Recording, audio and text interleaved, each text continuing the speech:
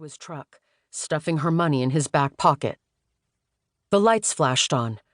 Wincing, she watched in her rearview mirror as he backed up and made a 3-point turn. When he was gone, she rested her hand on her stomach and let out a breath. Vanessa started her car. She retraced her route over the pitted road until she reached the 2-lane highway. When her tires hit smooth pavement, she pressed the gas, and a wave of dizziness washed over her, probably the whiskey. She sighed with relief as the Austin skyline came into view. Done. She looked at the houses scattered on either side of the highway, some with lights on, some without. Through a gap in the pines, she caught a glimpse of the lake glimmering under the half-moon. Eyeing the brown bag beside her, she felt a pang of yearning. She checked the mirror, then pulled onto the shoulder and parked. She grabbed the bag and reached inside. 17 ounces. It felt heavier than she'd imagined. She held the pistol in her palm and ran her thumb over the textured grip. For the first time in months, the knot of fear in her stomach loosened. She'd never been brave, never in her life. But people could change. Headlights winked into the mirror and she glanced up. High and bright again, probably a pickup truck. Squinting, she watched them get closer and closer. Vanessa's nerves skittered. Was it slowing down? Had someone followed her here? But she'd been careful. Not just careful, vigilant. She'd taken every precaution. The truck started to slow, and an icy claw of fear closed around her heart. Vanessa scooted across the seat and reached for the passenger door, jerking back as her sweater snagged on something. She yanked it free, then grabbed the bag and pushed open the door. The truck rolled to a halt. Vanessa scrambled from the car, tripping as she glanced back at the headlights. Adrenaline shot through her, and she sprinted for the trees. The ground sloped down, and she ran faster, faster, losing control as she hurtled toward the woods.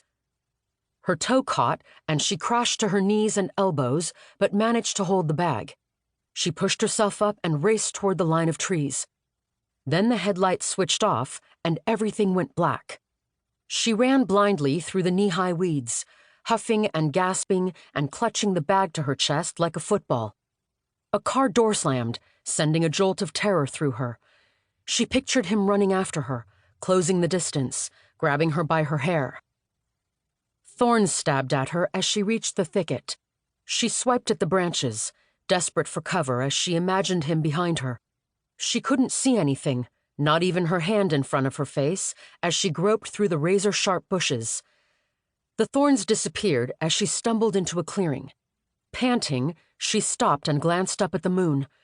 Her heart thundered as she looked around and tried to orient herself. An arc of pines surrounded her. She could hide, take cover, defend herself if she had to. With trembling hands, she fumbled inside the bag and pulled out the gun. Dear God, was it loaded? She hadn't thought to ask. He's coming. On a burst of panic, she raced for the trees.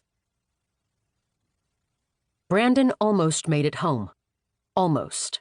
His stomach grumbled, and he eyed the pizza box riding shotgun in his truck. Mushroom and pepperoni, thin crust. It wasn't nearly as good cold, but he wasn't picky. His cell phone buzzed in the holder, and he tapped it. Almost there, he told his partner. Where are you exactly? Antonio asked. About 2 minutes out. Okay, take it easy on the curve. You'll see a black and white on the eastbound shoulder near my car. That's the best place to park. Got it.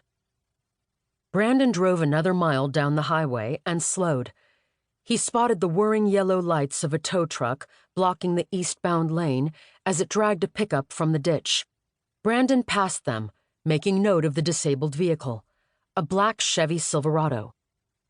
He tapped the brakes before the curve and saw the reason for Antonio's warning. A silver car occupied the shoulder, just barely off the roadway. Traffic flares flickered on the pavement.